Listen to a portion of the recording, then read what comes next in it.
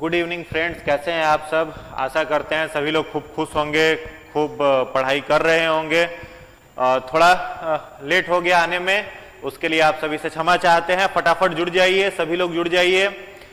जितने सारे फ्रेंड्स आपके हैं सारे लोगों तक वीडियो शेयर कर दीजिए। बहुत बेहतरीन क्वेश्चन के साथ आज फिर आपके लिए हम आए हैं और साइंस में आपका स्कोर लगातार उम्मीद करते हैं कि आपका इंप्रूव हो रहा होगा। लगातार आपका स्कोर जो हो रहा होगा वो आप अलग अलग टेस्ट में आप इंप्रूव कर रहे होंगे। इसी उम्मीद के साथ मेरे बताए हुए प्रश्न आपके परीक्षा में आपके लिए उपयोगी सिद्ध होंगे। इसी विश्वास के साथ आप सभी जुड़ते हैं तो हम भी प्रयास करते हैं कि आपके लिए प्रत्येक दिन उसी तरह का कुछ बेहतरीन प्रश्न हम लेकर के आए जिससे आपका लगातार स्कोर जो हो वो इंप्रूव हो। तो फटाफट जितने सारे आपके फ्रेंड्स हैं, जितने सारे आपके दोस्त हैं, सारे फ्रेंड्स तक वीडियो को फटाफट शेयर कर दीजिए, सारे लोगों को जोड़ दीजिए। आपके ग्रुप्स में जितने सारे लोग हैं हर लोगों तक वीडियो पहुंच जाना चाहिए, आपकी ड्यूटी है। एक बार देखते हैं कौन कौन लोग जुड़ चुके हैं। स्मिता शंकर गुड इवनिंग, प्रीतम गुड इवनिंग, संजना कुमारी गुड इवनिंग, स्तुति कुमारी गुड इवनिंग, पूजा कुमारी, सभी लोगों को गुड इवनिंग। स्नेहलता, साहुल कुमार, अशोक प्रसाद, संजना कुमारी, हिमांशु शेखर झा, पूजा कुमारी, पुतिन, काजल कुमारी, स्तुति कुमारी, आनंद मोहन, प्रज्ञा पांडे, संजना कुमारी, रिंकी कुमारी, पायल झा, हिमांशु शेखर, पूजा कुमारी, जितने सारे लोग जुड़ते चले जा रहे हैं सभी लोगों को गुड इवनिंग। अंजू कुमारी, प्रदीप कुमार, सब लोगों को गुड इवनिंग। सभी लोगों को का दिन अच्छा हो, खूब मन लगा करके आप पढ़े, इसी शुभकामनाओं के साथ चलिए आज का सेशन शुरू करते हैं। तो पहला प्रश्न जो आपके लिए है, सबसे पहले जितने सारे लोग जुड़ चुके हैं सारे लोगों तक शेयर कर दीजिए वीडियो को और पूरे एनर्जी के साथ कुछ देर के लिए अपने मन को तनाव रहित कर लो। कुछ देर के लिए अपने आप को स्ट्रेस फ्री कर लीजिए, एंजाइटी मुक्त कर लीजिए ताकि आप ज्यादा से ज्यादा आज का सेशन में लाभ उठा सके, ज्यादा से ज्यादा प्रश्नों का सही उत्तर आप दे सके। आपका स्कोर आज के भी क्विज में हम उम्मीद करते हैं कि जिनका पिछले क्विज में 24 रहा होगा आज उनका 26 हो, जिनका 30 रहा हो पिछले क्विज में था उनका आज भी 30 रहे। लगातार आपका स्कोर बढ़ना चाहिए तो उसके लिए आवश्यक है कि सबसे पहले ये जो आपका कंप्यूटर है, ब्रेन जो है सुपर कंप्यूटर है, इसको आप लोग क्या करें, फ्री रखें, इसको स्ट्रेस फ्री रखें, तनाव मुक्त रखें। चलिए पहला प्रश्न आज का देखते हैं। आज का पहला प्रश्न जो आपके लिए है वह है मस्तिष्क के उस हिस्से की पहचान करें जो मुद्रा, संतुलन के रख रखाव को नियंत्रित करता है। पहला ऑप्शन है डाइएनसेफेलॉन, दूसरा ऑप्शन है ब्रेन स्टेम, तीसरा ऑप्शन है प्रम मस्तिष्क और चौथा है सेरिबेलम। पहले क्वेश्चन को अच्छे से पढ़िए उसके बाद उत्तर दीजिए। चलिए फटाफट आंसर दीजिए, सभी लोग आंसर दीजिए, उत्तर दीजिए। प्रश्न आपके सामने आ गया है, प्रश्न को ध्यान से पढ़िए, अच्छे से पढ़िए, उसके बाद आप आंसर देंगे। ध्यान से पढ़िए उसके बाद आंसर देंगे। देखते हैं आंसर आना शुरू हो गया।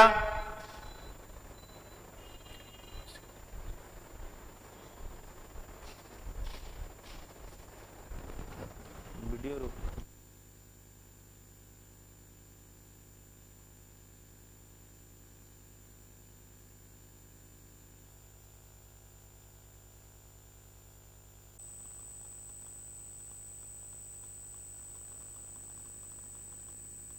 चलिए सब लोगों को दिख रहा होगा, फटाफट पढ़िए, आंसर दीजिए। पहला नंबर क्वेश्चन आपके स्क्रीन पर है, पढ़िए, आंसर दीजिए। अंजलि कुमारी कह रही 1 अप्रैल फुलिस डे। भाई नहीं, फुलिस डे नहीं बना रहे हैं, बेवकूफ क्यों बनाना है। चलो प्रश्न पढ़ो। और ये 1 अप्रैल हम लोग इंडियन के लिए नहीं होता है और बिहारियों के लिए नहीं होता है, ठीक है। इसलिए पहले तो दिमाग से निकालो, ये हम लोगों को सेलिब्रेट नहीं करना है। अप्रैल का जो शुरुआत है, कल से नवरात्र ऐसे भी शुरू हो रहा है और अच्छा दिन आ रहा है, ठीक है। तो अप्रैल फुल हम लोग नहीं मानते, वो आप भी मत मानो। चलिए आंसर करिए, आंसर करिए फटाफट। संजना कुमारी कह रहे हैं सर क्वेश्चन नहीं दिख रहा है। दिख रहा है जी, लोग आंसर कर रहे हैं। आप अपने मोबाइल के पिक्चर क्वालिटी को थोड़ा सा बढ़ाइए, आपको दिखेगा। चलिए फटाफट प्रश्न पढ़िए, उत्तर दीजिए। मस्तिष्क का कौन सा भाग है जो शरीर के मुद्रा और संतुलन के लिए उत्तरदायी है? तो देखिए पहला जो प्रश्न है इसका सही उत्तर है वो है सेरिबेलम। क्या होगा? सेरिबेलम। जितने सारे लोगों ने डी आंसर टिक किया है सभी का उत्तर बिल्कुल ही सही है। बहुत बहुत धन्यवाद आप सबको सही उत्तर देने के लिए। अब देखिए यहां पर जो लिखा हुआ है, जितना पार्ट 4 ऑप्शन लिखा हुआ है, ये सबके सब ब्रेन के अलग अलग भाग है, मानव मस्तिष्क का अलग अलग भाग है। ठीक है, अब मानव मस्तिष्क के बारे में कुछ चीजें आप जान लो।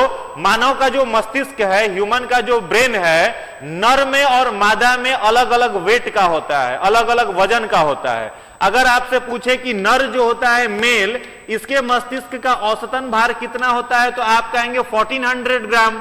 वहीं पर जो फीमेल होती है, इसके मस्तिष्क का औसतन भार जो होता है वो 1350 ग्राम। अलग अलग किताब में कुछ अलग डेटा आपको मिल सकता है, लेकिन जो ऑथेंटिक डेटा है वो ये है, मेल का जो मस्तिष्क का औसतन भार है वो 1400 ग्राम है और फीमेल ब्रेन का औसतन भार कितना है, 1350 ग्राम है। अब इसका मतलब ये आप मत कहने लगना कि 50 ग्राम दिमाग कम है।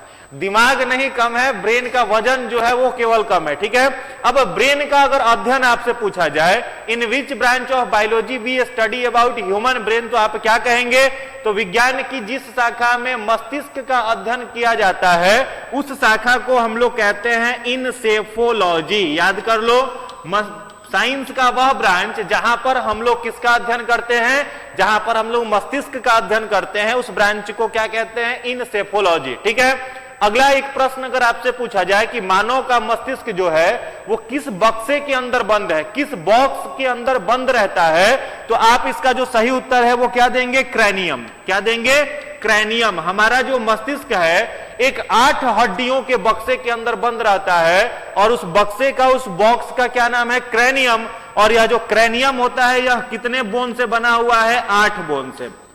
यानी क्रैनियम जो हमारा मस्तिष्क का बाहरी आवरण है वो 8 हड्डियों के बक्से के अंदर सुरक्षित है, बंद है हमारा मस्तिष्क। तो इतनी इंफॉर्मेशन आपको याद रखना है। ठीक है, मेल के मस्तिष्क का औसतन भार 1400 ग्राम, फीमेल का 1350 ग्राम। मस्तिष्क का जिस शाखा के अंतर्गत अध्ययन करते हैं उसे हम लोग इंसेफोलॉजी कहते हैं। क्रैनियम जो होता है वो 8 हड्डियों का बना हुआ एक बक्सा है जिसके अंदर हमारा ब्रेन बंद रहता है। ठीक है, तो हमारे शरीर में जो मुद्रा और संतुलन बनाने का काम है वो किसका काम है, सेरिबेलम का। और सेरिबेलम आपके मस्तिष्क के किस हिस्से का भाग है? अगर आपसे कहें कि अग्र मस्तिष्क, मध्य मस्तिष्क और पश्च मस्तिष्क, फोर ब्रेन, मिड ब्रेन और हिंड ब्रेन, इन तीनों में से किस मस्तिष्क का भाग सेरिबेलम है, तो आप क्या कहेंगे, हिंड ब्रेन। क्या कहेंगे, हिंड ब्रेन। हिंड ब्रेन का मतलब जो हमारा पश्च मस्तिष्क है उस पश्च मस्तिष्क का एक भाग है, उस पश्च मस्तिष्क का एक हिस्सा है जिसे हम लोग कहते हैं सेरिबेलम। चलिए अगला प्रश्न देखते हैं। आज का अगला प्रश्न आपके लिए है प्रश्न संख्या 2। मानव शरीर में सच्ची पसलियों की संख्या कितनी होती है? सच्ची पसली, इसे हम लोग ट्रू रिब्स कहते हैं। ये रिब्स में कितनी है? फटाफट उत्तर दीजिए, फटाफट उत्तर दीजिए। छोटा दिमाग, मध्य मस्तिष्क कह रहे हैं, फिर नहीं, वीडियो फिर से सही हो गया। ठीक है, चलिए आंसर दीजिए, पढ़िए और प्रश्न का उत्तर दीजिए। 12 सच्ची बोन की संख्या है, 14 है, 16 है या फिर 18 है? फटाफट लगातार आंसर आने लगा। 12 12 12 आंसर आ रहा है, 12 आंसर आ रहा है। 12, कुछ लोग 18 भी कह रहे हैं, कुछ लोग 12 कह रहे हैं, कुछ लोग 18 कह रहे हैं। ध्यान से पढ़िए, उसके बाद उत्तर दीजिए। देखिए ट्रू बोन्स जो है उसकी संख्या कितनी है? 14। कितनी है? 14। देखो 12 जो लिखा हुआ है, आपसे यहां पर ट्रू बोन पूछा जा रहा है, सच्ची पसलियों की संख्या पूछी जा रही है। पूरे के पूरे इसमें हम लोगों का जो रिब केज है, जिसके अंदर हम लोगों का लंग्स है, उसमें पूरे अगर पेयर में बात किया जाए तो 12 पेयर जो होता है वो टोटल बोन होते हैं। हमारे रिब केज में टोटल जो रिब्स हैं उनकी संख्या कितनी है? 12 जोड़े हैं। और 12 जोड़ों में से ऊपर से जो 7 बोन लेफ्ट साइड का है और राइट साइड का जो 7 बोन है उसे हम लोग कहते हैं ट्रू बोन। ठीक है, ट्रू रिब्स कहा जाता है, सच्ची पसली कहा जाता है। जैसे 1 2 3 4 5 6 और एक 7, फिर इधर से 3 4 5 6 7, इसको हम लोग क्या कहेंगे? ट्रू रिब्स कहेंगे। और इसके बाद के जो बाकी के बोन्स हैं वो अलग है। ठीक है, तो ट्रू रिब्स की जो संख्या पूछी जाएगी 7 लेफ्ट साइड में और 7 राइट साइड में, तो कितना हो जाएगा? 14 हो जाएगा। तो इसका आंसर जो है ट्रू रिब्स अगर आपसे पूछा जाए तो आप आंसर क्या देंगे? 14। और पूरे रिब केज में हड्डियों की संख्या अगर आपसे पूछ ली जाए तब आप उत्तर क्या देते? 12 पेयर उत्तर देते। ठीक है, चलिए शायद सब लोगों का क्लियर हो गया होगा। अगला प्रश्न देखते हैं। आज का जो तीसरा प्रश्न है आपके लिए, श्वसन, उत्सर्जन और संचार अंगों से रहित है। रहित का मतलब यहां पर रहना मत समझ लेना, रहित का मतलब नहीं है। 4 जीव का नाम यहां पर, 4 ऑर्गेनिज्म का नाम आपकी स्क्रीन पर है। इसमें आपको बताना है कि किसमें श्वसन, उत्सर्जन और संचार अंग नहीं है। फटाफट आंसर करिए। विनीत कुमार का आंसर आ रहा है ए। नुसरत जहां 7 और 7, हाँ जी 7 और 7 लेफ्ट और राइट साइड। जैकी कुमार ई कह रहे हैं, विनीत कुमार ए, प्रवीण कुमार ए, विवेक कुमार ए। आंसर आने लगा। रिंकी कुमारी बी कह रही हैं, स्मित कुमार ए कह रहे हैं। चलिए देखते हैं इस प्रश्न का उत्तर क्या होगा। एक बार आप ध्यान से पढ़िए, उसके बाद उत्तर दीजिए। स्पॉन्ज में, टेप वॉर्म में, थ्रेड वॉर्म में या फिर लीवर फ्लूक में, लीवर फ्लूक में आपको बताना है। तो देखो एक ऑर्गेनिज्म है, जैसे कल मैंने आपसे एक प्रश्न पूछा था कि एनिमल किंगडम को कितने फाइलम में बांटा गया है। तो एनिमल किंगडम के अलग अलग फाइलम है, जिसमें पहला फाइलम होता है पॉरीफेरा, उसके बाद होता है निडेरिया, उसके बाद होता है coelenterata, annelida, aschelminthes, echinodermata, hemichordata, chordata. इस तरीके से करते हुए 10 फाइलम अलग अलग बने हुए हैं। तो उसमें से जो पहला फाइलम है, जिसे हम लोग पॉरीफेरा कहते हैं, जिसे कॉमनली हमने कल कहा था स्पॉन्ज कहा जाता है, तो स्पॉन्ज में उत्सर्जन, श्वसन और संचार अंग नहीं पाया जाता है। तो जितने सारे लोगों ने ए आंसर दिया है, सभी का उत्तर बिल्कुल ही सही है। आज का जो अगला प्रश्न है आपके लिए, प्रश्न संख्या 4, पारिस्थितिक तंत्र की अवधारणा को किसने परिभाषित किया। पारिस्थितिक तंत्र जिसे हम लोग इकोसिस्टम कहते हैं, इस इकोसिस्टम को किसने डिफाइन किया। ऑर्थन टॉन्सली ने, एवलिंग हिचिंसन ने, रेमंड लीडमैन ने या चार्ल्स एटलन ने। फटाफट आंसर आने लगा। कुमारी संगम ए कह रही हैं, अभी ए आंसर आ रहा है। देखते हैं क्या उत्तर है इस प्रश्न का। एक बार नया बिल्कुल क्वेश्चन आपके लिए लेकर के आए हैं। सारा का सारा प्रश्न मजेदार है, पढ़ करके मजा आएगा आपको। बहुत सारा अलग अलग इंफॉर्मेशन आज हम लोग सीखेंगे। तो फटाफट वीडियो को अपने सारे दोस्तों तक शेयर कर दीजिए, और नए क्वेश्चन अगर मिलेंगे तो एक बार सभी लोगों से हम निवेदन करेंगे, लाइक आप जरूर कर देना। चलो इस प्रश्न का सही उत्तर दीजिए। पारिस्थितिक तंत्र, लगातार आंसर आने लगा। ए ए ए ए, कुछ लोग सी भी कह रहे हैं, कुछ लोग ए कह रहे हैं, कुछ लोग सी कह रहे हैं, कुछ लोग ए और सी दोनों में कंफ्यूजन है। चलिए सही उत्तर दीजिए, ध्यान से पढ़िए और सही उत्तर दीजिए। चलिए इस प्रश्न का जो सही जवाब है, जितने सारे लोगों ने ए आंसर टिक किया है, सभी का उत्तर बिल्कुल ही सही है। पारिस्थितिक जो तंत्र है, इसके बारे में बताने वाले जो वैज्ञानिक थे वो थे ऑर्थर टैंसली। ऑर्थर टैंसली जो थे, उन्होंने पारिस्थितिक तंत्र के बारे में बताया था। पारिस्थितिक तंत्र के बारे में बताने वाले कौन थे? टैंसले थे। और टैंसले ने इकोसिस्टम जो बनाया था, तो इकोसिस्टम 2 चीजों का ग्रुप होता है, याद कर लो। इकोसिस्टम में कितनी चीजें हैं? दो कंपोनेंट है इकोसिस्टम के। एक है बायोटिक इकोसिस्टम, एक है एबायोटिक। बायोटिक को हम लोग जैव परितंत्र कहते हैं और एबायोटिक को अजैव परितंत्र कहते हैं। अब बायोटिक इकोसिस्टम जो है, जिसे जैव कहा जाता है, उसे नेचर ने बनाया है, और एबायोटिक इकोसिस्टम जो है उसे किसने बनाया है? तो उसे हम लोगों ने बनाया है। जैसे अगर आपसे हम पूछे कि बोटेनिकल गार्डन एबायोटिक इकोसिस्टम है कि बायोटिक है, तो आप कहिएगा कि एबायोटिक है। वाइल्ड लाइफ सेंचुरी पूछे तो आप कहिएगा कि एबायोटिक है। एक्वेरियम पूछे जहां पर मछलियों को रखा जाता है, तो आप कहिएगा कि सर ये बायोटिक है। किसे? क्योंकि इन सारे इकोसिस्टम को मनुष्य ने बनाया है। लेकिन अगर पूछा जाए कि नेचर ने, भगवान ने, प्रकृति ने किसको बनाया है, तो नेचर ने बनाया है आपको बायोटिक इकोसिस्टम को बनाया, जैव को बनाया। जैसे समुद्र, जैसे आपका डेजर्ट, मरुस्थल हो गया, जैसे आपका ओशियंस हो गया, जैसे आपका रिवर हो गया, ये सब क्या है? तो ये सब बायोटिक इकोसिस्टम के अंतर्गत आते हैं, और ये कॉन्सेप्ट बनाने वाले ऑर्थर टैंसले थे। चलिए अगला प्रश्न है आपके लिए, प्रश्न संख्या 5। प्रश्न संख्या 5 पढ़िए और उत्तर दीजिए। 5 नंबर प्रश्न का उत्तर दीजिए।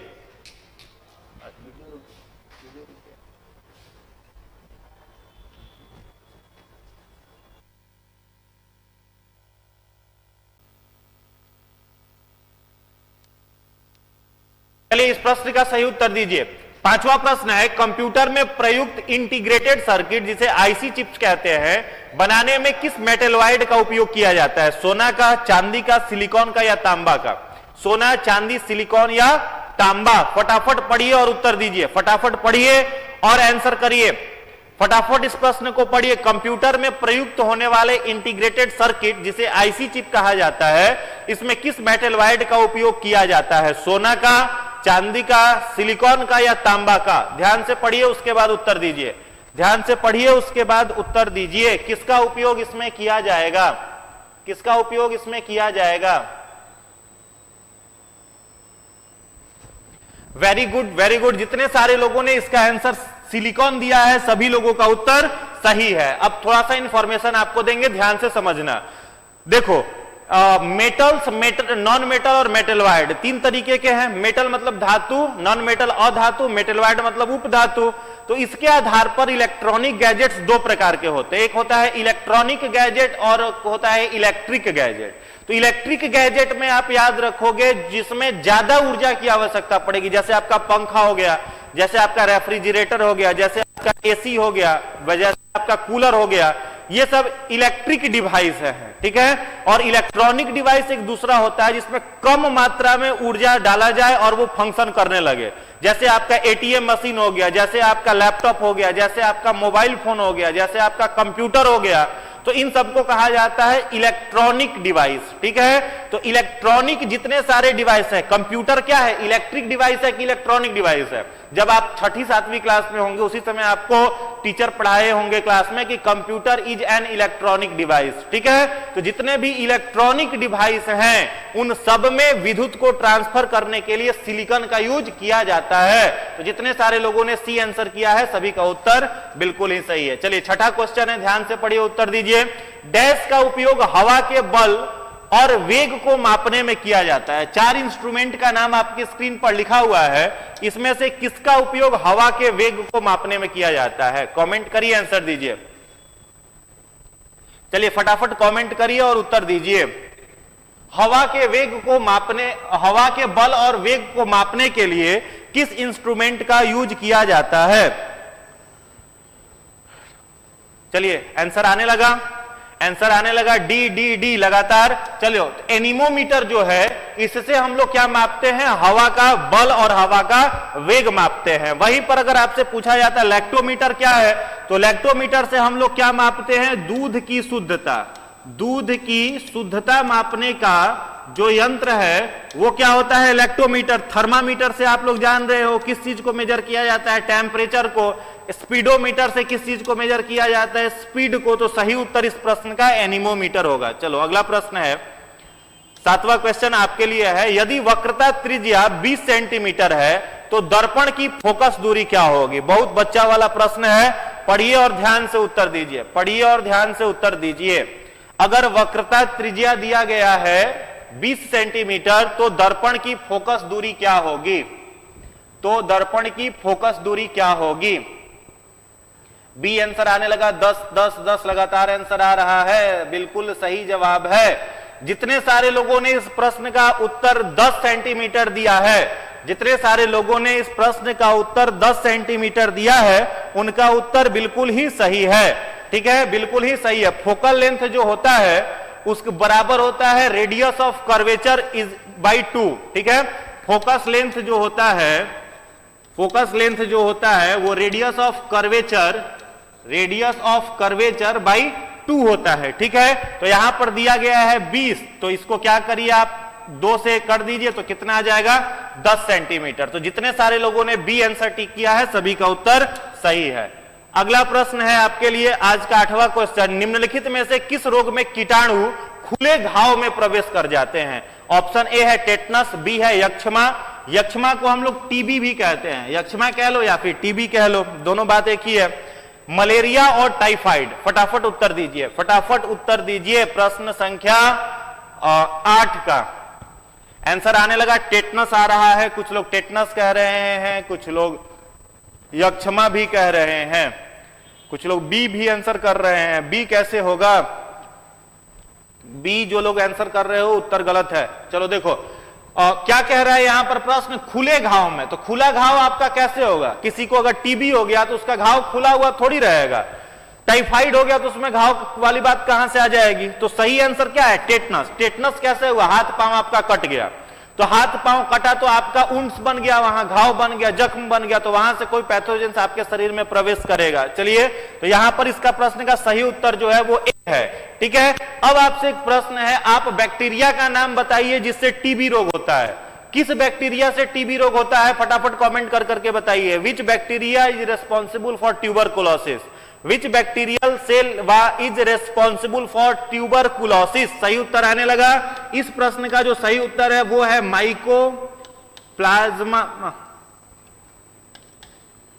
Mycobacterium tuberculosis. Mycobacterium tuberculosis. ठीक है, आपको नाम याद रखना चाहिए। माइकोबैक्टीरियम ट्यूबरकुलोसिस से क्या होता है? टीबी रोग, टीबी नामक बीमारी होती है जिसे हम लोग यक्षमा भी कहते हैं। ठीक है, अब इसमें एक मेडिसिन बहुत फेमस है टीबी में। कौन सा मेडिसिन? डॉट्स। एक दवाई है, एक मेडिसिन है जिसका क्या नाम है? डॉट्स। इसका उपयोग किया जाता है टीबी को ठीक करने में। यहां पर डॉट्स जो लिखा हुआ है इसका फुल फॉर्म है ड्रग ओरिएंटेड ट्रीटमेंट। डॉट्स का full form drug oriented treatment. इसका उपयोग किया जाता है टीबी को ठीक करने में। यह माइकोबैक्टीरियम ट्यूबरकुलोसिस से होता है। वहीं पर जो टाइफाइड है, इसका जो बैक्टीरिया है उसका नाम है साल्मोनेला टाइफी। जिस बैक्टीरिया से टाइफाइड होता है उस बैक्टीरिया का नाम है साल्मोनेला टाइफी। और इसका जो जांच डॉक्टर प्रिस्क्रिप्शन में लिखता है, मैंने पिछले वीडियो में आपको बताया है, विडाइल टेस्ट होता है। टेटनस का जो बैक्टीरिया है उसका नाम है माइकोबैक्टीरियम टेटेनाई। माइकोबैक्टीरियम टिटैनी। इससे कौन सा रोग होता है? टेटनस। और मलेरिया, चलिए अब आपको आंसर करना है, मलेरिया किस से होता है? मलेरिया का कॉजेटिव एजेंट का आपको नाम बताना है। फटाफट कमेंट करके बताइए। इतना सारा इंफॉर्मेशन मैंने आपको दिया, एक इंफॉर्मेशन आप भी दो। मलेरिया जो है वो किस से होता है? उसका कॉजेटिव एजेंट। मैंने मच्छर का नाम नहीं पूछा है, ध्यान दीजिएगा। मैंने मच्छर का नाम आपसे नहीं पूछा है जिससे मलेरिया फैलता है, मैंने पूछा है कॉजेटिव एजेंट का नाम। कॉजेटिव एजेंट का नाम मैंने आपसे पूछा है। फीमेल एनाफिलीज आप बता रहे हैं, गलत आंसर है। बिल्कुल सही जवाब आने लगा, वेरी गुड। मलेरिया अगर पूछा जाए किस पैथोजेन से होता है तो आप क्या कहेंगे? प्लाज्मोडियम। क्या कहेंगे? प्लाज्मोडियम। प्लाज्मोडियम क्या है? एक प्रोटोजोआ है जिससे कौन सा रोग होता है? मलेरिया। और इस प्लाज्मोडियम को लेकर के एक स्थान से दूसरी स्थान तक कौन जाता है? तो उसका नाम है फीमेल एनाफिलीज मॉस्किटो। क्या नाम है? Female Anopheles mosquito. जिसमें बहुत सारे लोग इस प्रश्न का उत्तर दे रहे थे। तो फीमेल एनाफिलीज मॉस्किटो क्या लेकर के जाता है? तो प्लाज्मोडियम लेकर के जाता है और ले जाकर के वो बीमारी को कॉज कर देती है, बीमारी को पहुंचा देती है। एक प्रश्न और बताना आप, एक बीमारी है जिसका नाम है डेंगू। एक बीमारी है, बहुत लोकप्रिय बीमारी है जिसका नाम है डेंगू। नाम आपने सुना होगा, डेंगू। तो डेंगू जो रोग है यह किस वायरस से होता है? वायरस का आपको नाम बताना है। Which virus is responsible for dengue disease? फटाफट बताइए, which virus is responsible for dengue disease? Dengue नामक रोग किस वायरस से होता है? डेंगू नामक रोग किस वायरस से होता है? फटाफट कमेंट कर करके उत्तर बताइए। चलिए बताइए, वेरी गुड। जितने सारे लोग आंसर दे रहे हैं, फैल्बी राइबो वायरस, सभी का उत्तर सही है। फैल्बी राइबो वायरस। अगर हाथ में कॉपी कलम लेकर के नहीं बैठे हैं तो निवेदन करेंगे, भाग के जाइए, कॉपी कलम लेकर के आइए।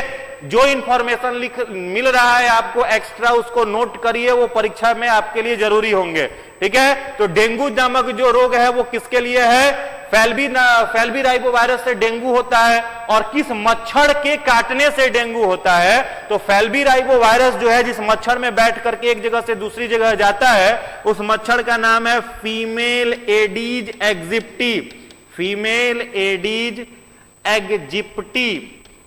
यह एक मच्छर है जो फैल्बी राइबो वायरस को अपने ऊपर लेकर के एक जगह से दूसरी जगह पर जाता है और डेंगू नामक रोग फैला करके आ जाता है। चलिए अगला प्रश्न है आपके लिए, प्रश्न संख्या 9। विकार जिनमें रक्त में ग्लूकोज की मात्रा अधिक हो जाती है। विकार का मतलब रोग, वैसा रोग जिसमें रक्त में ग्लूकोज की मात्रा बढ़ जाती है, उसे क्या कहा जाता है? ऑप्शन ए है हाइपर ग्लेसेमिया, ऑप्शन बी है ग्लाइकोसूरिया, ऑप्शन सी है ग्लूकोमा, ऑप्शन डी है यूरीमिया। फटाफट पढ़िए, उत्तर दीजिए। फटाफट प्रश्न पढ़िए और उत्तर दीजिए। उम्मीद करते हैं सारे लोग इसका सही जवाब देंगे। कुछ लोग ए कह रहे हैं, ऐसा तो नहीं ना होता कि आप लोग कॉपी करते हो, किसी का अगर ए आंसर आ गया फटाफट ए मारते चले जाते हो, सभी लोग ए कहने लगते हो, ऐसा बिल्कुल भी नहीं करेंगे, ठीक है। हो सकता है वो गलत उत्तर दे रहा हो। एक हम लोगों की तरफ कहावत कहा जाता था, हम हमारे टीचर स्कूल में बताते थे कि एक भेड़ होता है और भेड़ आगे चलता है, ठीक है। तो एक भेड़ आगे चलता है तो उसके पीछे भेड़ों का एक झुंड बना रहता है, पूरा लंबा एक झुंड बना रहता है। पीछे वाले भेड़ को यह दृढ़ विश्वास रहता है, अटूट विश्वास रहता है कि उसके आगे जो भेड़ चल रहा है वो गर्दन ऊपर करके चल रहा है। भेड़ आप अगर सड़क पर चलते हुए कभी देखे होंगे तो सारे भेड़ गर्दन को, सिर को नीचे झुका करके चलते, कोई भेड़ सिर उठा करके नहीं चलता। सबको विश्वास रहता है, भेड़ झुंड में चलने वाला जानवर है, सबको विश्वास रहता है कि आगे वाला सिर उठाए हुए है, लेकिन अगला है वो भी चुपचाप मुड़ी नीचे करके बेचारा चलते रहता है। अगर एक भेड़ कुएं में गिरा तो पीछे के सारे जाकर के कुएं में गिरेंगे। तो वैसा आपके साथ ना हो, इसलिए कॉपी पेस्ट वाला मामला नहीं होना चाहिए आपके साथ कि एक ए आंसर दिया फटाफट वही कॉपी करते बाकी लोग बता रहे हैं। चलिए ध्यान से पढ़िए और उत्तर दीजिए, ध्यान से पढ़िए उत्तर दीजिए। रक्त में ग्लूकोज की मात्रा अधिक हो जाएगी, रक्त में ग्लूकोज की मात्रा अधिक हो जाएगी तो उस रोग का क्या नाम होगा? क्या नाम होगा बताइए। बिल्कुल सही जवाब आने लगा। चलिए जितने सारे लोग ए आंसर कर रहे हैं सभी का उत्तर सही है। जितने लोग ए आंसर कर रहे हैं हाइपरग्लाइसीमिया, ये सही जवाब है। अब यहां पर एक ग्लूकोमा जो है तो आप ऐसे ही काट देते हैं। ग्लूकोमा किसका रोग है? तो आंख का रोग है।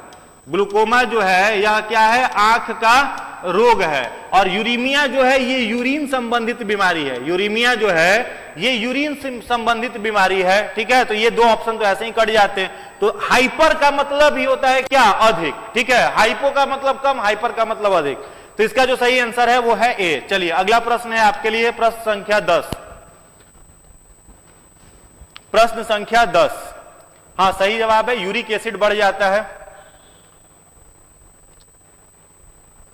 चलिए ध्यान से पढ़िए, उत्तर दीजिए। शुभम सभा कह रहे हैं कि भेड़ के चाल वाला आंसर सही रहा। हाँ जी, कभी कभी आंसर सही लड़ जाता है। चलो बताओ इस प्रश्न का उत्तर बताइए। निमोनिया जो है डैश की सूजन के कारण होता है। निमोनिया जो है फिल इन द ब्लैंक्स प्रश्न है, इसमें आपको बताना है। बी आंसर आने लगा, लगातार बी आ रहा है, देखते हैं क्या है। तो निमोनिया जो है सही बात है, किसमें होता है? फेफड़े को प्रभावित करने वाला रोग है। निमोनिया का अगर आपसे पूछा जाए बैक्टीरिया का नाम बताइए, तो कल के मैंने सीरीज में बताया था निमोनिया एक बैक्टीरिया जनित रोग है। और किस बैक्टीरिया से होता है मैंने कल बताया था, अगर आपने ध्यान दिया होगा तो आपको याद होगा, स्ट्रिप्टोकोकस निमोनियाई। स्ट्रिप्टोकोकस निमोनियाई नामक बैक्टीरिया से होता है निमोनिया रोग, जो प्रभावित किसको करता है? लंग्स को। Very good. चलिए अगला प्रश्न है आपके लिए, प्रश्न संख्या 11। प्रश्न संख्या 11, ध्यान से पढ़िए और आंसर दीजिए। प्रश्न संख्या 11 का उत्तर दीजिए। 11 नंबर प्रश्न का उत्तर दीजिए। उच्चतम अपवर्तनांक वाला नेत्र अंग है। 4 आंखों के अंगों का नाम आपकी स्क्रीन पर है। इसमें से आपको बताना है कि किसमें उच्चतम अपवर्तनांक होता है। 4 आंखों के पार्ट का नाम है, इसमें आपको बताना है। चलिए डी, ए, सी, लगातार अलग अलग आंसर आ रहे हैं, अलग अलग आंसर आ रहे हैं। कुछ लोग सी कह रहे हैं, कुछ लोग कॉर्निया लिख रहे हैं, कुछ लोग लेंस लिख रहे हैं, अलग अलग उत्तर दे रहे हैं। ध्यान से पढ़िए और आंसर दीजिए। प्रश्न संख्या 11। चलो जितने सारे लोगों ने इसका उत्तर लेंस दिया है सभी लोगों का आंसर सही है। लेंस जितने सारे लोगों ने आंसर टिक किया है सभी का आंसर बिल्कुल ही सही है। लेंस जो होता है, आंखों जो में जो लेंस होता है वो हमारी आंखों का सबसे उच्चतम अपवर्तनांक वाला अंग माना जाता है, अंग होता है। चलिए अगला प्रश्न है आपके लिए, प्रश्न संख्या 12। निम्नलिखित 2 मात्राओं में से किसकी इकाइयां समान है? जबरदस्त क्वेश्चन है, जो लोग ध्यान से पढ़ेंगे उत्तर सही देंगे। 2 आपको बताना है। नहीं कोई ब्लॉक नहीं है, कुछ लोग कह रहे हैं हम ब्लॉक है क्या? नहीं, किसी को ब्लॉक नहीं किया गया, अब सभी लोगों का कमेंट शो कर रहा है। चलिए फटाफट दिखाइए। निम्नलिखित में 2 मात्राओं में से किसकी इकाइयां समान है? काम और शक्ति, दबाव और शक्ति, बल और ऊर्जा, या आवेग और गति? फटाफट पढ़िए और उत्तर दीजिए। फटाफट पढ़िए और उत्तर दीजिए। चलिए आंसर देखते हैं। सी डी लगातार, कुछ लोग सी कह रहे हैं, कुछ लोग डी कह रहे हैं। तो इस प्रश्न का सही जवाब है सी डी, कुछ लोग सी कह रहे हैं, कुछ लोग डी कह रहे हैं। देखो डी जो आंसर है बिल्कुल सही जवाब है। जितने सारे लोगों ने डी आंसर टिक किया है सभी लोगों का सही है। डी आंसर जितने सारे लोगों ने टिक किया है सभी लोगों का उत्तर बिल्कुल ही सही है। इन दोनों का जो यूनिट होता है, मात्रा जो होता है वो समान होता है इंपल्स का और मोशन का। चलिए अगला प्रश्न है, निम्नलिखित में से कौन सा विटामिन कैल्शियम के अवशोषण में मदद करता है? हमारे शरीर में कौन सा विटामिन ऐसा है जो कैल्शियम को एब्जॉर्ब करता है? चलिए फटाफट बताइए। कैल्शियम के, तनु कुमार आज सब गलत हो जा रहा है, कोई बात नहीं, कोई बात नहीं, प्रश्न तो सीख रहे हो, तनाव मत लो, आंसर दीजिए। निम्नलिखित में से कौन सा विटामिन कैल्शियम के अवशोषण में मदद करता है? Vitamin A, vitamin D, vitamin B1, vitamin B2? फटाफट बताइए, फटाफट बताइए, फटाफट। वाह, वेरी गुड, वेरी गुड। जितने सारे लोगों ने आंसर डी टिक किया है सभी लोगों का उत्तर सही है। Vitamin D is responsible for absorption of calcium. Vitamin D is responsible for absorption of calcium, सही जवाब है। चलिए अगला प्रश्न है आपके लिए, प्रश्न संख्या 14। दो वाष्पीकरण करणीय द्रव्यों का मिश्रण जिनके क्वथनांक भिन्न है उनको अलग किया जाता है किस विधि के द्वारा? छानने से, अवसादन से, क्रोमेटोग्राफिक से या फिर आसवन से? फटाफट पढ़िए और उत्तर दीजिए, क्या आंसर होगा? फटाफट पढ़िए और आंसर दीजिए। डी सी डिस्टिलेशन कुछ लोग कह रहे हैं, डी आसवन। चलिए फटाफट ध्यान से पढ़िए और उत्तर दीजिए, अच्छे से प्रश्न को पढ़िए और आंसर दीजिए। छानने से होगा या अवसादन से होगा या क्रोमेटोग्राफिक से होगा या आसवन से हो गया? प्रश्न संख्या 14। चलिए सही जवाब आने लगा। जितने सारे लोगों ने इस प्रश्न का उत्तर डी दिया है, आसवन, सभी लोगों का जवाब सही है। देखो अवसादन तो ऐसे ही समझ, आप ज्योग्राफी पढ़े होंगे तो उसमें अवसादी चट्टान होता है, तो अवसादन में क्या किया जाता है? बड़े बड़े जिनके पार्टिकल्स होते हैं, ठीक है, वैसा पदार्थ जिनके पार्टिकल्स बड़े बड़े हो रहते हैं उनको छानने, सॉल्यूट से, सॉल्वेंट से सॉल्यूट को जब अलग किया जाता है, बड़े पदार्थों को छाना जाता है तो वहां पर अवसादन हो जाता है, ठीक है। छानने में तो ऐसे फिल्टराइजेशन में से तो होगा नहीं, तो सही उत्तर इसका क्या हो जाएगा? डी, आसवन। चलिए अगला प्रश्न है 15 नंबर, श्वेत रक्त कोशिका। श्वेत रक्त कोशिका को हम लोग सामान्यतः कहते हैं आरबीसी, आरबीसी जिसे इसे कहते हैं हम लोग डब्ल्यूबीसी, व्हाइट ब्लड सेल, के द्वारा जीवाणुओं को मारने के लिए उपयोग की जाने वाली गैस का नाम बताना है। ऑक्सीजन, क्लोरीन, नाइट्रोजन या कार्बन डाइऑक्साइड? चलिए फटाफट बताइए, फटाफट बताइए। जो भी आपके फ्रेंड नहीं जुड़े हैं, नया प्रश्न मिल रहा है तो एक बार सभी लोग लाइक जरूर कर देंगे और ध्यान से पढ़ करके इस प्रश्न का उत्तर दीजिए। कार्बन डाइऑक्साइड कुछ लोग कह रहे हैं, सर ऑप्शन का नाम भी बोलिए, ठीक है, बोल देते हैं। व्हाइट ब्लड सेल के द्वारा जब बैक्टीरिया को मारा जाता है तो व्हाइट ब्लड सेल के द्वारा कौन सा गैस उपयोग किया जाता है? ऑक्सीजन किया जाता है, क्लोरीन किया जाता है, नाइट्रोजन किया जाता है या फिर कार्बन डाइऑक्साइड किया जाता है? चलो जितने सारे लोगों ने बी आंसर टिक किया है, क्लोरीन, सभी का जवाब सही है। व्हाइट ब्लड सेल के द्वारा क्या किया जाता है? अधिकांश लोगों का बी आंसर था। क्लोरीन गैस जो है इसका उपयोग किसके द्वारा किया जाता है? व्हाइट ब्लड सेल के द्वारा किया जाता है। किस चीज को मारने में? तो पैथोजेंस में, बैक्टीरिया को मारने में। डब्ल्यूबीसी के बारे में आप सब लोग उम्मीद करते हैं जान ही रहे होंगे। डब्ल्यूबीसी का जो साइंटिफिक नेम होता है वह होता है ल्यूकोसाइट्स, ल्यूकोसाइट्स, ठीक है। इसे हम लोग इम्यूनिटी बूस्टर भी कहते हैं, इम्यूनिटी बूस्टर। यह हम लोगों के शरीर में रोग प्रतिरोधक क्षमता को बढ़ाने वाला है। रोग प्रतिरोधक क्षमता को यह क्या करता है? बढ़ाता है, इसलिए इसे इम्यूनिटी बूस्टर कहते हैं। इसमें केंद्रक, इस कोशिका में केंद्रक, न्यूक्लियस उपस्थित होता है। साथ ही साथ इसकी जो जीवन अवधि होती है वो 2 से 5 दिनों तक की होती है। चलिए, तो इसके द्वारा कौन से गैस का उपयोग किया जाएगा? क्लोरीन गैस का। अगला प्रश्न है आपके लिए, प्रश्न संख्या 16। एक बीमारी का नाम है पेलाग्रा, डैश की कमी के कारण होता है। 4 ऑप्शन है, इसमें से आपको बताना है पेलाग्रा किसकी कमी से होने वाली बीमारी है? Nicotinic acid, sulphuric acid, hydrochloric acid, इनमें से कोई नहीं, इनमें से कोई नहीं। फटाफट बताइए। हाँ, डेली क्लास होता है मंडे टू फ्राइडे या मंडे टू सैटरडे भी कई बार होता है। चलिए आंसर आने लगा, निकोटीन, देखते हैं इसका सही उत्तर क्या है। बी सी लगातार अलग अलग आंसर आ रहा है। एक डिजीज है पेलाग्रा। पेलाग्रा रोग सब लोग समझ रहे होंगे। इसमें क्या होता है, पूरा जो स्किन होता है, पूरी की पूरी जो त्वचा होती है, इस पर छाले बन जाते हैं। जैसे जलने के बाद पूरा स्किन हो जाता है, वैसा छाला पूरे शरीर पर बनने लगता है। लिप्स वगैरह पूरा लटक जाता है, सब पर छाले बन जाते हैं। उसी रोग को कहा जाता है पेलाग्रा। तो पेलाग्रा बीमारी जो है वो किसकी कमी से होने वाली रोग है, किसकी कमी से होने वाली बीमारी है? चलिए सही आंसर आने लगा। विटामिन डी कुछ लोग कह रहे हैं। विटामिन डी कैसे होगा? विटामिन डी कैसे होगा? देखो, vitamin B3, very good, vitamin B3. Vitamin B3 से की कमी से होने वाला कौन सा रोग है? पेलाग्रा। पेलाग्रा किस विटामिन की कमी से होगा? Vitamin B3. और इसे हम लोग नियासिन भी कहते हैं। इसे हम लोग नियासिन कहते हैं। ठीक है, नियासिन इसे कहा जाता है। सही जवाब है नियासिन। तो इस प्रश्न का सही उत्तर क्या हो जाएगा? Nicotinic acid. Nicotinic acid. जितने सारे लोगों ने ए आंसर टिक किया है सभी का जवाब सही है। चलिए अगला प्रश्न है आपके लिए, प्रश्न संख्या 17। पारिस्थितिक तंत्र शब्द किसके द्वारा गढ़ा गया था? पारिस्थितिक तंत्र शब्द जो है, पारिस्थितिक तंत्र के जनक अभी हम लोग पूछ चुके हैं। यहां पर पूछा जा रहा है पारिस्थितिक तंत्र शब्द देने वाले वैज्ञानिक कौन थे? टेंसले थे, रॉबर्ट हुक थे, ओबुम थे, या ड्यूबेन मायर थे?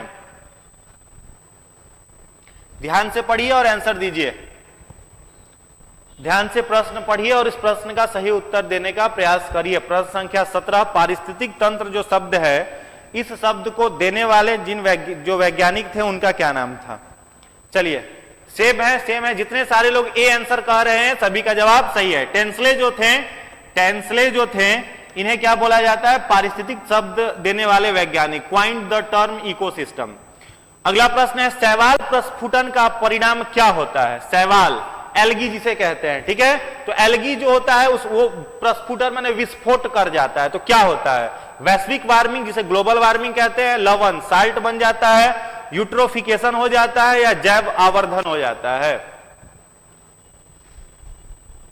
ध्यान से पढ़े और आंसर दीजिए। यूट्रोफिकेशन आंसर आने लगा। यूट्रोफिकेशन लगातार कुछ लोग सी भी कह रहे हैं, सी, कुछ लोग डी भी कह रहे हैं, जैव आवर्धन। ग्लोबल वार्मिंग के पक्ष में कोई नहीं है, सब लोग अलग अलग आंसर दे रहे हैं। चलो देखते हैं क्या आंसर है। बिल्कुल सही जवाब आने लगा। देखिए इस प्रश्न का जो सही उत्तर है वो क्या है? यूट्रोफिकेशन। यूट्रोफिकेशन जो होता है, शैवाल कहां पर पाया जाता है? तो मोस्टली जो शैवाल होते हैं आप देखे होंगे 3 प्रकार के शैवाल हैं। एक होता है क्लोरोफाइसी। क्लोरोफाइसी ये कैसा होता है? ग्रीन, आपके घर में काई वगैरह लग जाता होगा। या फिर शैवाल कई तो नदी में इतने बड़े बड़े होते हैं कि उसमें समुद्री जहाज भी फंस करके उलट जाता है। ठीक है, तो शैवाल अगर हरे रंग का है तो उसे कहा जाता है क्लोरोफाइसी। शैवाल अगर लाल रंग का है तो उसे कहा जाता है रहोडोफाइसी। और शैवाल अगर भूरे रंग का है, ब्राउन कलर का है, तब उसे कहा जाता है फियोफाइसी। 3 प्रकार के शैवाल होते हैं, नाम याद कर लो। अगर आपसे कहा जाए क्लोरोफाइसी, तो ये किस कलर का होगा? ग्रीन कलर का होगा। अगर आपसे कहा जाए रहोडोफाइसी तो ये शैवाल कैसा होगा? तो ये शैवाल होगा रेड कलर का। अगर आपसे कहा जाए फियोफाइसी तब यह शैवाल कैसा होगा? यह शैवाल होगा भूरे रंग का, ब्राउन कलर का। और पाए कहां पर जाते हैं? एक्वेटिक रीजन में, जल में। तो पानी में जब शैवाल फटता है, विस्फोट करता है, तो ऐसा माना जाता है कि पूरा का पूरा वाटर का जो एरिया है, वाटर का जो रीजन है वो कैसा है? साफ सुथरा है। ठीक है, तो यूट्रोफिकेशन जो है वो शैवाल प्रस्फुटन का परिणाम होता है। अगला प्रश्न है, किस विटामिन की कमी से निक्टालोपिया, एक बीमारी है जिसका नाम है निक्टालोपिया रोग होता है? नाम जाना पहचाना है, आप थोड़ा सा ध्यान देंगे तो सही उत्तर आ जाएगा। आप इस बीमारी के बारे में जानते हैं, मैंने पिछले सीरीज में बताया भी है। निक्टालोपिया के बारे में ऑलरेडी हम लोगों ने डिस्कस किया है। ध्यान से जो लोग पढ़ेंगे सही उत्तर देंगे। ध्यान से पढ़िए और सही उत्तर दीजिए।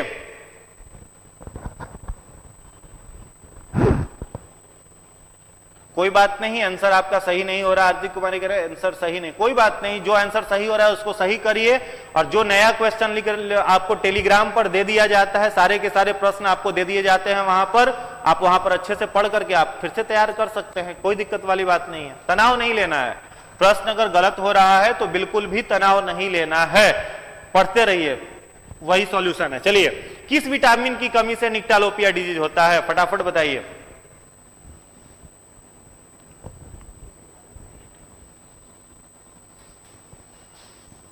देखो, निक्टालोपिया को हम लोग क्या कहते हैं, नाइट ब्लाइंडनेस। निक्टालोपिया का दूसरा नाम है नाइट ब्लाइंड, निक्टालोपिया का दूसरा नाम है नाइट ब्लाइंडनेस, ब्लाइंडनेस, रतौंधी जिसको कहते हैं जी, वही निक्टालोपिया। आप सही उत्तर दे दोगे, बताइए रतौंधी किस विटामिन से, रतौंधी जो है किस विटामिन से होगा, अब सही उत्तर दे दो। अगर गलत हुआ है तो आप सही आंसर दीजिए। चलिए, अगर गलत हो गया था निक्टालोपिया में, अब सही उत्तर दे दो। रतौंधी और निक्टालोपिया एक ही बीमारी है, बस साइंटिफिक नेम दे दिया गया है, इसलिए गलत हो रहा होगा। चलिए, सही उत्तर दीजिए।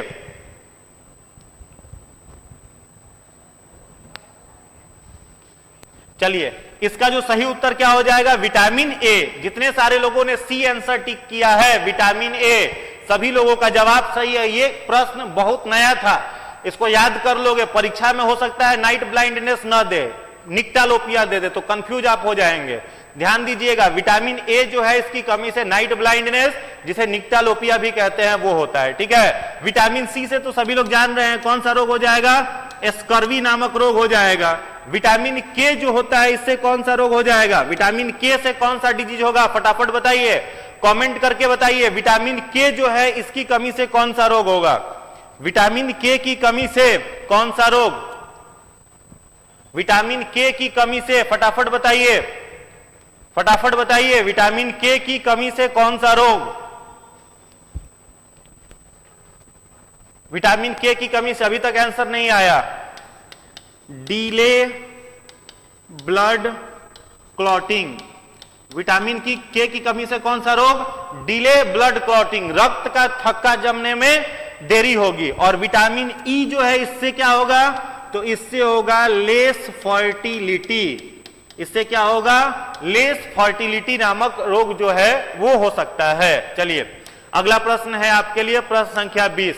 निम्नलिखित में से किसका उपयोग कृंतनाशक, कृतंकनाशक, कृतंकनाशक मतलब होता है कुतरने वाले जीव, कुतरने वाले, जैसे चूहा वगैरह, कुतरने वाले जीव, कुतरने वाले जीव के रूप में उसको मारने के लिए किसका उपयोग किया जाता है, जिंक कार्बोनेट का, जिंक क्लोराइड का, जिंक सल्फाइड का या जिंक फॉस्फाइड का, फटाफट बताइए। चलिए फटाफट बताइए, कुतरने वाले जो जीव हैं, जिंक फॉस्फेट आने लगा, कुछ लोग जिंक सल्फाइड भी कह रहे हैं। चलिए फटाफट पढ़िए, कृतंकनाशक मतलब समझ गए, कुतरने वाले जीव, उसको मारने के लिए, उसको कंट्रोल में करने के लिए किसका उपयोग किया जाएगा, डी आंसर आ रहा है लगातार, कुछ लोग सी भी कह रहे हैं, डी, डी बिल्कुल सही जवाब है। जिंक फॉस्फाइड जो है इसका उपयोग किसमें किया जाता है, तो कृतंकनाशक, कुतरने वाले जीवों को मारने के लिए। प्रश्न संख्या 21 है, मानव, सेम क्वेश्चन है, इसका 14 जो अभी मैंने थोड़ी देर पहले बताया था ऑलरेडी आपको, वही रिपीट हो गया प्रश्न। चलिए 22 नंबर प्रश्न बताइए, लेशमीनियासिस एक बीमारी है, लेशमीनियासिस, यह जो रोग है कि कुछ प्रजातियों के काटने से होने वाली बीमारी है। लेशमीनियासिस एक बीमारी का नाम है, ये किसके काटने से होने वाली बीमारी है, मच्छर से, रेत मक्खी से, मधुमक्खी से, या इनमें से कोई नहीं। सैंड फ्लाई आने लगा आंसर, बिल्कुल सही जवाब है। जितने सारे लोग इस प्रश्न का उत्तर सैंड फ्लाई दे रहे हैं, बालू मक्खी, सभी का उत्तर बिल्कुल ही सही है, रेत मक्खी, सैंड फ्लाई। चलिए सही जवाब है। अगला प्रश्न है आपके लिए, प्रश्न संख्या 23, स्प्रिंग बैलेंस किसके सिद्धांत पर काम करता है, स्प्रिंग बैलेंस जो है वो किसके सिद्धांत पर काम करता है, बॉयल्स लॉ पर, हुक्स लॉ पर, बर्नौली के सिद्धांत पर, या पास्कल के कानून पर, फटाफट बताइए। सी आंसर आ रहा है, कुछ लोग बी कह रहे हैं, कुछ लोग बी। देखते हैं इस प्रश्न का सही उत्तर क्या है। चलिए फटाफट ध्यान से पढ़िए और उत्तर दीजिए। स्प्रिंग बैलेंस का लॉ जो है वो किस सिद्धांत पर काम करता है, बिल्कुल सही जवाब है। जितने सारे लोग बी आंसर टिक कर रहे हैं, हुक्स का नियम, हुक्स लॉ, ठीक है, तो Hooke's law is the right answer. Spring balance आप देखे होंगे, प्रैक्टिकल आप लोगों ने क्लास 10वीं में किया भी होगा। चलिए अगला प्रश्न है आपके लिए, प्रश्न संख्या 24। मस्तिष्क का बाहरी आवरण किससे ढका हुआ रहता है? ह्यूमन ब्रेन का जो आउटर भाग है वो किससे ढका हुआ रहता है? ड्यूरामेटर से, पॉन्स से, डेंड्राइट्स से, या तंत्रिका कोशिका नर्व सेल से? फटाफट बताइए, फटाफट कमेंट कर करके बताइए सही उत्तर क्या होगा। अगला प्रश्न आ चुका है, फटाफट पढ़िए और आंसर दीजिए। तो इस प्रश्न का सही उत्तर है ड्यूरामेटर। ड्यूरामेटर, मान लो यहां पर आपके का मस्तिष्क है, ये क्या हो गया आपका मस्तिष्क। मस्तिष्क के बाहर में कितनी हड्डियां हैं? 8। कितनी हड्डियां हैं? 8। इस 8 हड्डियों का बना हुआ बक्सा क्या कहलाएगा? तो इस 8 हड्डियों का बना हुआ बक्सा कहलाएगा क्रैनियम, ठीक है। और क्रैनियम और ब्रेन के बीच में 3 अलग अलग परतें, यहां पर बीच में ब्रेन है, तो क्रैनियम यानी 8 हड्डियों और इनके बाहर में 3 अलग अलग परतें पाई जाती है, 3 परतें होती हैं।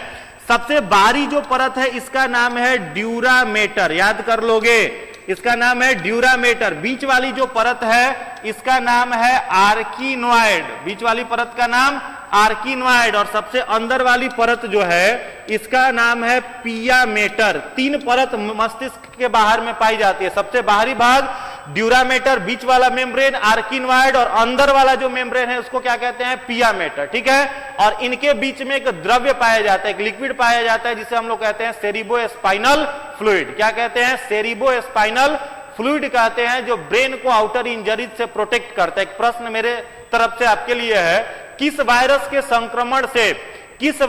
संक्रमण से मस्तिष्क में मेनिंजाइटिस नामक रोग हो जाता है? एक बीमारी है जिसका नाम है मेनिंजाइटिस, वो किस वायरस के संक्रमण से होता है? किस वायरस के संक्रमण से मेनिंजाइटिस नामक रोग होता है? फटाफट बताइए, किस वायरस के संक्रमण से मेनिंजाइटिस नामक रोग होता है? मेनिंजाइटिस नामक रोग किस वायरस के संक्रमण से होता है? चलिए इसमें सूजन आ गया, याद कर लोगे। मेनिंजाइटिस जो बीमारी है यह इंटेरो वायरस से होता है। किस वायरस से? इंटेरो वायरस से होता है क्या? मेनिंजाइटिस, जिसमें मस्तिष्क के इन परतों में सूजन आ जाता है। अगला प्रश्न है आपके लिए 25 नंबर। प्रकाश का वेग सबसे पहले किसके द्वारा मापा जाता था? प्रकाश का जो वेग है यह पहले के समय में किस इंस्ट्रूमेंट से मापा जाता था? रोमर से, न्यूटन से, गैलीलियो गैलीली से, या मैक्स प्लैंक से? फटाफट बताइए, प्रकाश का वेग पहले किस यंत्र से मापा जाता था? प्रकाश का वेग पहले किस? बिल्कुल सही जवाब है। जितने सारे लोग इस प्रश्न का उत्तर ए कह रहे हैं रोमर, सभी लोगों का उत्तर सही है, रोमर। चलिए अगला प्रश्न है, निम्नलिखित में से कौन सा प्लाज्मा प्रोटीन के रक्त के जमाव में शामिल होता है? निम्नलिखित में से कौन सा प्लाज्मा प्रोटीन रक्त को जमने में मदद करता है, शामिल होता है? रक्त को जमने में कौन सा प्लाज्मा प्रोटीन मदद करता है? फटाफट कमेंट कर करके आंसर बताइए। प्रश्न संख्या 26 का उत्तर दीजिए।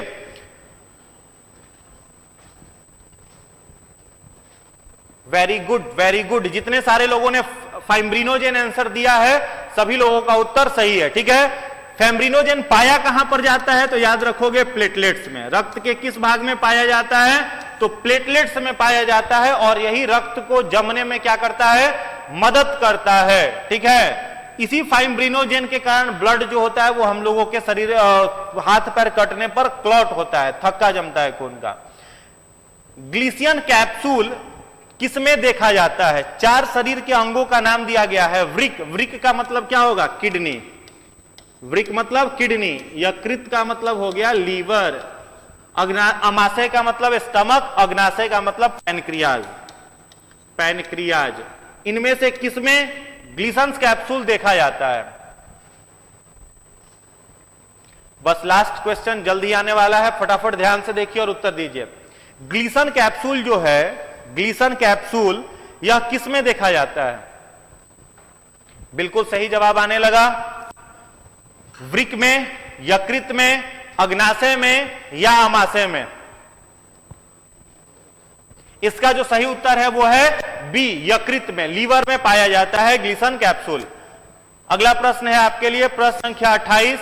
अग्नाशय का कौन सा भाग इंसुलिन का उत्पादन और स्राव करता है? इंसुलिन जो है इसका उत्पादन, इंसुलिन बनाने का काम और सेक्रीट करने का काम किसका है? ग्लोमेरुलस का है, बोमेन कैप्सूल का है, Langerhans of island of Langerhans का है, लूप ऑफ हेनले का है। फटाफट बताइए, फटाफट बताइए। बस दो प्रश्न और आपके लिए रह गए हैं। उम्मीद करेंगे सभी लोग इसका सही उत्तर दीजिए।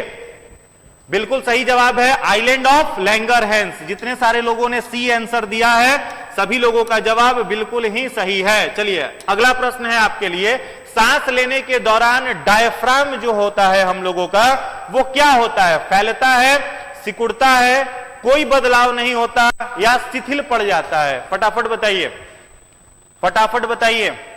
सांस लेने के दौरान हम लोगों का डायफ्राम फैलता है, सिकुड़ता है, उसमें कोई बदलाव नहीं होता या फिर शिथिल पड़ जाता है?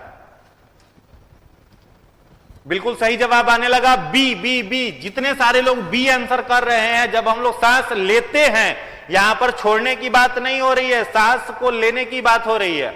तो सांस लेने के क्रम में हम लोगों का डायफ्राम क्या होता है? सिकुड़ता है, कॉन्ट्रैक्ट करता है, श्रिंक्ड करता है। ठीक है, चलिए सही जवाब है। आज का लास्ट प्रश्न आपके लिए है 30 नंबर।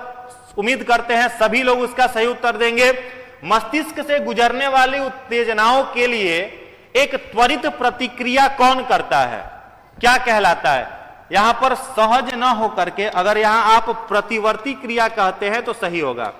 प्रतिवर्ती क्रिया, प्रतिवर्ती क्रिया। बी है स्वैच्छिक कार्यवाही, सी है अष्टिवत, डी है रिसेप्टर। फटाफट बताइए। लास्ट प्रश्न आपके लिए है, ध्यान से पढ़िए और उत्तर दीजिए। बिल्कुल सही जवाब आने लगा। जितने सारे लोग इस प्रश्न का उत्तर ए कह रहे हैं, प्रतिवर्ती की क्रिया, रेफ्लेक्स एक्शन, सभी लोगों का जवाब बिल्कुल ही सही है। रेफ्लेक्स एक्शन अगर आपसे पूछा जाए कि हमारे सीएनएस के, सेंट्रल नर्वस सिस्टम के दो भाग होते हैं, ब्रेन और स्पाइनल कॉर्ड, तो ब्रेन और स्पाइनल कॉर्ड में से किसके द्वारा रेफ्लेक्स एक्शन कंट्रोल किया जाता है? तो आप क्या कहेंगे? Spinal cord, spinal cord. और इस स्पाइनल कॉर्ड को हम लोग मेरु रज्जु भी कहते हैं। ठीक है, चलिए तो आज के 30 प्रश्न में से आपके कितने नंबर आए कुल जोड़ करके हमें बता दीजिएगा। खूब मन लगा करके पढ़िए, फटाफट जोड़ करके बताइए किसका कितना नंबर आया। फटाफट बताइए। चलिए देखते हैं, लास्ट में आप कमेंट कर करके बता दीजिएगा। हम सभी लोगों का नंबर एक बार पढ़ेंगे। उम्मीद करते हैं सब लोग खूब मन लगा करके पढ़ रहे होंगे। आपका एग्जाम जो है वो बहुत कम दिन अब रह गया है, बहुत कम समय में आपको ढेर सारे कंटेंट पढ़ने हैं। तो अपने आप को आलस से, प्रमाद से बचा करके, लेजीनेस नहीं आना चाहिए। 1 महीने का जो आपके पास समय है इसमें पूरा जी जान लगा करके, खूब मन लगा करके पढ़िए। सभी लोगों का रिजल्ट होगा। फुल पॉजिटिव रहिए, सकारात्मक रहिए, मन को निगेटिव मत होने दीजिए। और जो निगेटिव लोग हैं उन लोगों से दूर रहने का प्रयास करिए। उन लोगों के संपर्क में आने से अपने आप को बचाइए। ऑटोमेटिक आपका स्कोर जो होगा वो बढ़ते चला जाएगा। ठीक है, चलते चलते 2 शब्द आपके लिए। ये राह नहीं है फूलों की। अगर आप सोचते हैं कि ये रास्ता आसान है और इस पर ऐसे ही सफलता मिल जाती है तो मेरे दोस्त ऐसा आप सोचना बंद कर दें। किसी ने कहा है ये राह नहीं है फूलों की, कांटे ही इस पर मिलते हैं। लेकर दर्द जमाने का बस हिम्मत वाले चलते हैं और हिम्मत वाले चलते हैं। अपने अंदर पूरा ब्रेवनेस बनाए रखिए, साहसी बने रहिए, बहादुर बने रहिए और लगातार फाइट करते हुए आपका जो एम्बिशन है, आपका जो लक्ष्य है, आपका जो गोल है उसे प्राप्त करिए। आप लोगों का बहुत बहुत धन्यवाद इस क्विज को देखने के लिए। किसका कितना नंबर आया लास्ट में आप जरूर बताइएगा, हम सबका वाच करेंगे। और अगर आपको नए इंफॉर्मेशन इस वीडियो के माध्यम से मिले हो तो एक बार जरूर लाइक कर दीजिएगा, चैनल को सब्सक्राइब कर लीजिएगा। Thank you.